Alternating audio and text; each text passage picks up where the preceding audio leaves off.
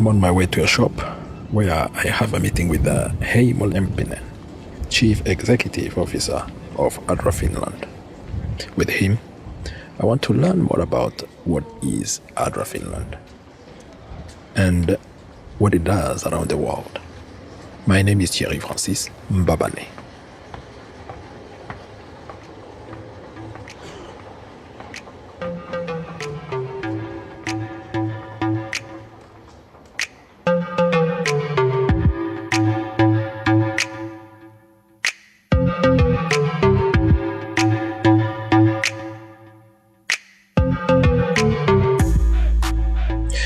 I'm impressed with the kind of a shop I got myself in.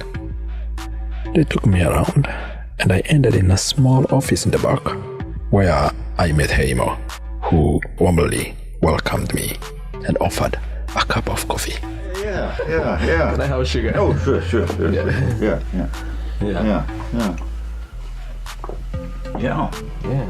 This is a second-hand shop by the name of HappyHand. It's located in Kalio in Helsinki. More than 19,000 people live in Kalio. HappyHand is for them a special place. When you enter the shop, you quickly understand that not only people come here to buy stuff, but also they can relax, have a cup of coffee and chat. This is also one of the projects of ADRA Finland. We call this a living room for the locals, Yeah, because of course the sales is important also, but we want to meet the people, and we have also arranged a different kind of social activities, discussion groups, and then we have this outreach every other Wednesday. We go out and we offer the people queuing there for the food from Hostess Center. So we offer them warm tea and sandwiches, etc. And here we want to listen to the people, their stories and their worries. And these people here, they're not only selling stuff, but they also want to sit down and listen. So, in fact, ADRA Finland's missions here in Finland is about reduction of poverty, preventing marginalization, and promoting wholesome well-being. The main objective is to empower individuals and hence the society. There are many other activities that were undertaken within this concept. Happy Mind is one of them, through which around 35,000 Finns per year would benefit from food aid. These are people mostly living to a very low income from the social services. The practice has been in place since 1990s. Also, ADRA Finland has been helping immigrants in a vulnerable position for their integration into Finnish society. With this size of activities, you may think that HappyHand project is a small element, but ADRA Finland sees it in a different angle and very important. Yeah, it's a kind of oasis, you could say, in the midst of this city life here. Yeah. And it's also kind of a window, for us that shows the reality, the real reality, Life is not always so easy. It's very important. For instance, today we have had about 20 people here, just sitting, and chatting and meeting each other. So it's a kind of empowering thing for these people. 20 people before 3 o'clock. That's Yeah. Well, of course, we have the customers who buy something. That's a different thing, but just people coming for a tea and that they are forming a kind of a fan club, you know. Yes. So you have like regular people. Yeah, here. seeing the same faces here, and that's nice. Why people comes here? They want to meet each other. I think that's the main reason, and also it's peace and calm here, you know. The atmosphere, very important. We don't ask them to buy anything. That's if they are in need, if they have no money, we will give free clothes or free food. By setting up this place in that way, you already had an idea of what it's gonna come. Yes. Actually, we got this idea from Denmark. This HappyHand is a kind of a chain working with the same concept, you know, where the main thing is to meet people, and the second priority is to sell second-hand to fund the development work of ADRA. And we hope that someday this will realize also in here, because also the expenses are quite high. Yeah. The rent in this place is quite high, so we do have to sell a lot.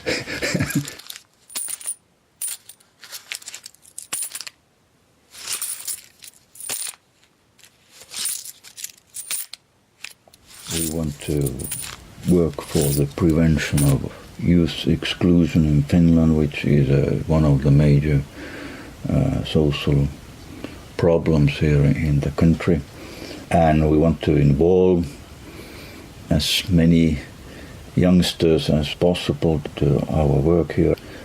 And we have seen great willingness and also enthusiasm among young people to do good for other people. They have what it takes.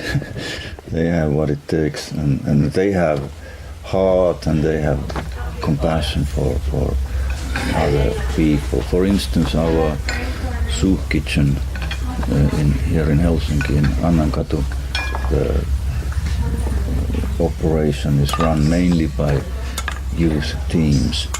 It's open every Sunday and feeding around 50-60 people.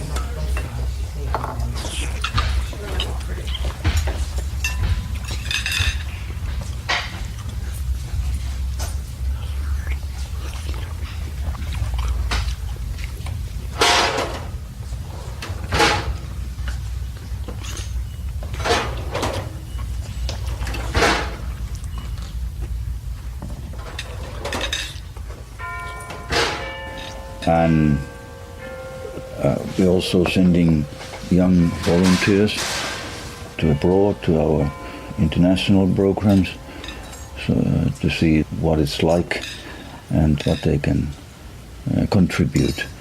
I think that it has had a deep effect to those youngsters who have taken part of these trips and tours. Why? It's an African one. Yeah. Beats by Amazon. Yeah, me I like it. Something so. This my African hands, them gon' love you. Yeah. My African lips, them gon' kiss you. Whoa. My African hips get down for you.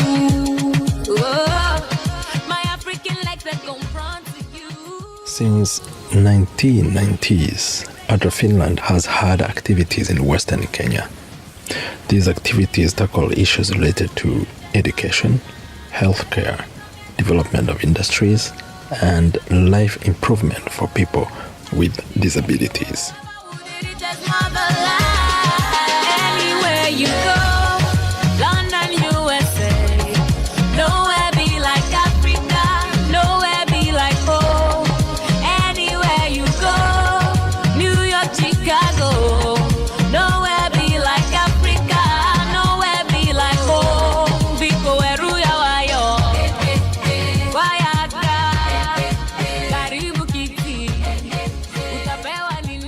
we have been targeting especially disabled people.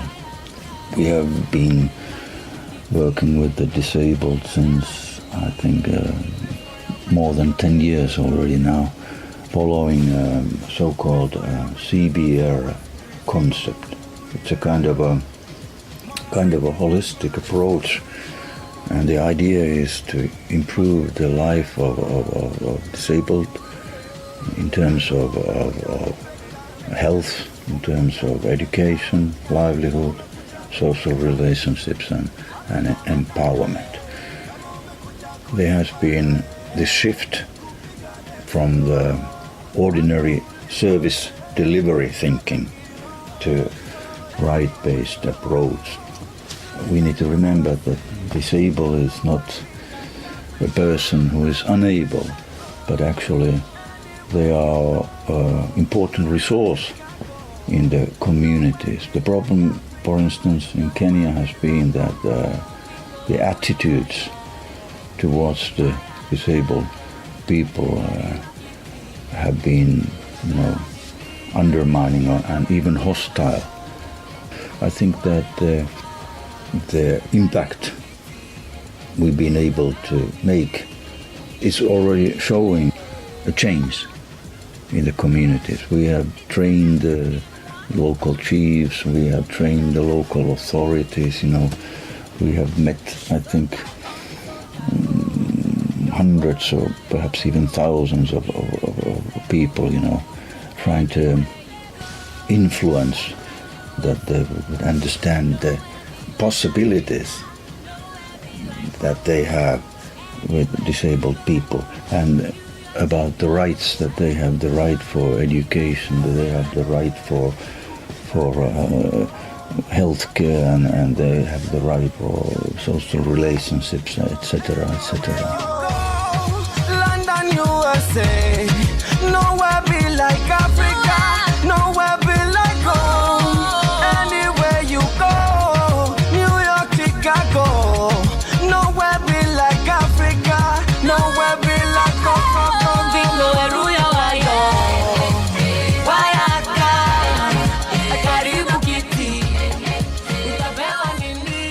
Improving livelihood opportunities among the youth and persons with disability in Nyanza province, Western Kenya, is a program under which ADRA Finland is hoping to tackle the issue of unemployment among youth. The Republic of Kenya has a very alarming situation, as the employment rate among youth has shifted from 18.7% in 1991 to 22.1% in 2017. These figures are based on total labor force between the age of 15 and 24.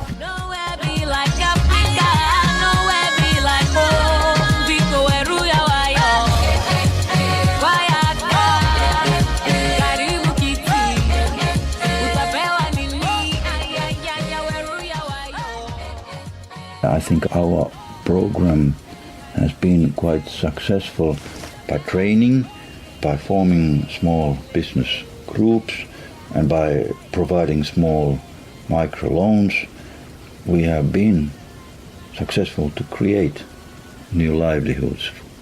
According to our statistics, we have been able to create jobs around 1,000 people now.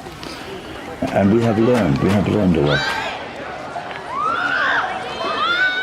One of the lessons learned during this livelihood program, it was to realize that this entrepreneurial education needs to begin in very early stage, meaning that already in the primary schools we understood that there needs to be a change in the thinking, and there needs to be a new mindset. And based on this notion, we actually prepared a special entrepreneurial program to suit for the primary schools.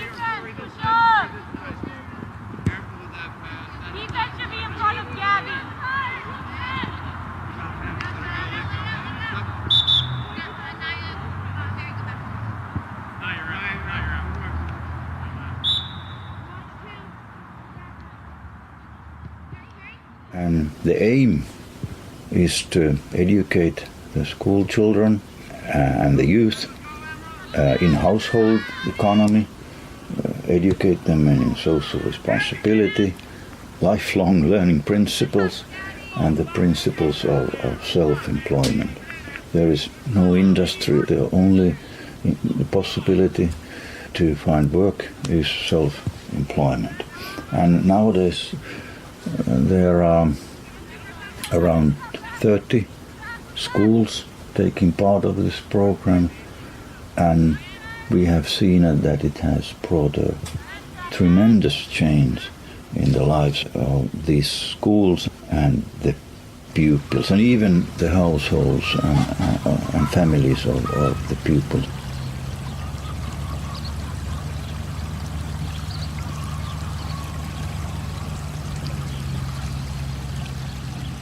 If you go there, you could see that the schoolyards that used to be a desert or whatever, the schoolyards have been transformed to a flourishing oasis and gardens. They produce vegetables to eat and also to sell. There's some extra income also for the pupils and their parents. It's so important to motivate, to offer the kids the new possibilities. There is hope. There is something else offered, and you just have to find it. I think this is one of the most promising programs that, and we are not going to implement this program only in Kenya. We're going to take it to other developing countries also.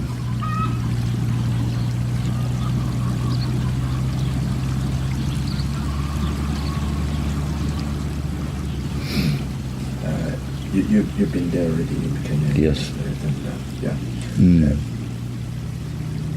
What really did you see in the face of these people? Yeah. I see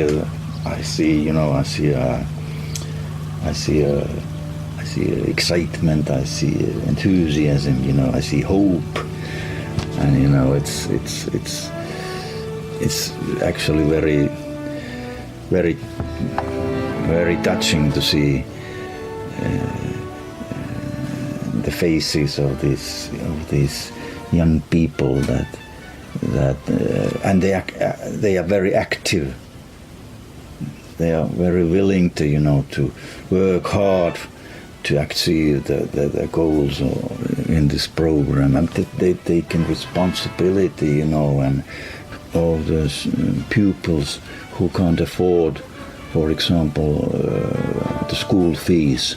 So they are collecting funds to cover the poor family school fees, etc. So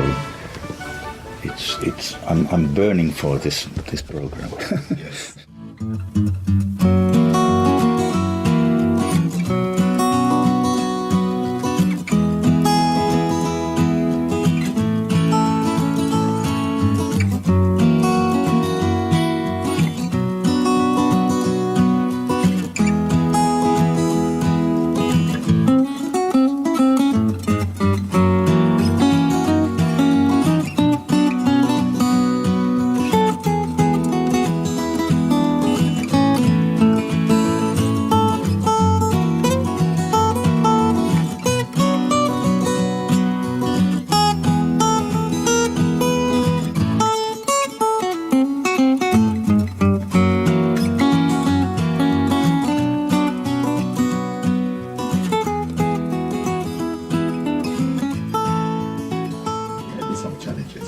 Well, if we're talking about Kenya, we are especially worried about the political situation nowadays in Kenya, and do hope that people will be able to solve these problems.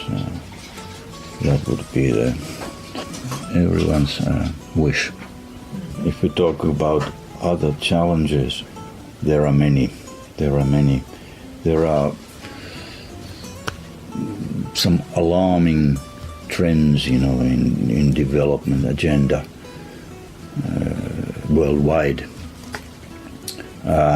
We have seen restrictions against civil society actors in different countries.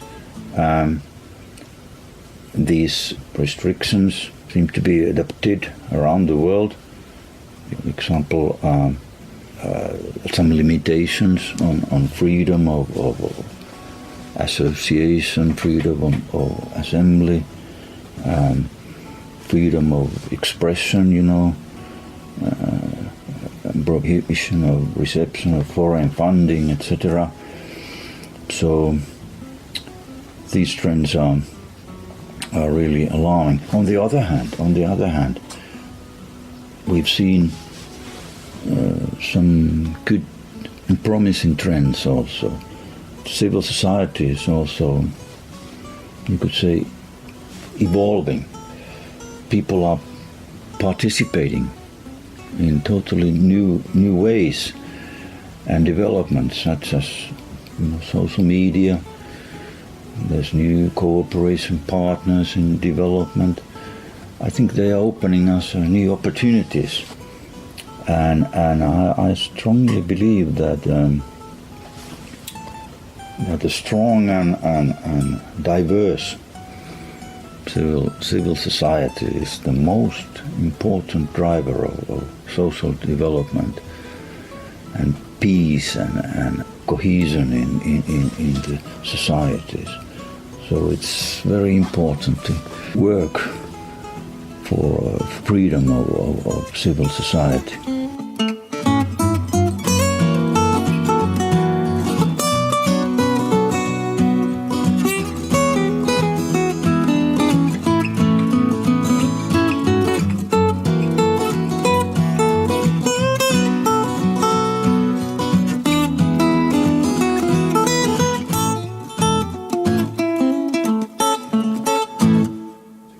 Sentence, what does these projects means to you personally?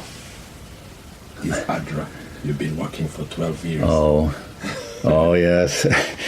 Well, I'm passionate for ADRA work. Close to my heart, of course, and gives it gives a satisfaction. It gives you a deep sense of meaning when you see that you can do something, even it's not always so much, but when you see that you could really help someone, you could make someone happy, you could bring some hope to someone's life. That's the reward. That makes me happy.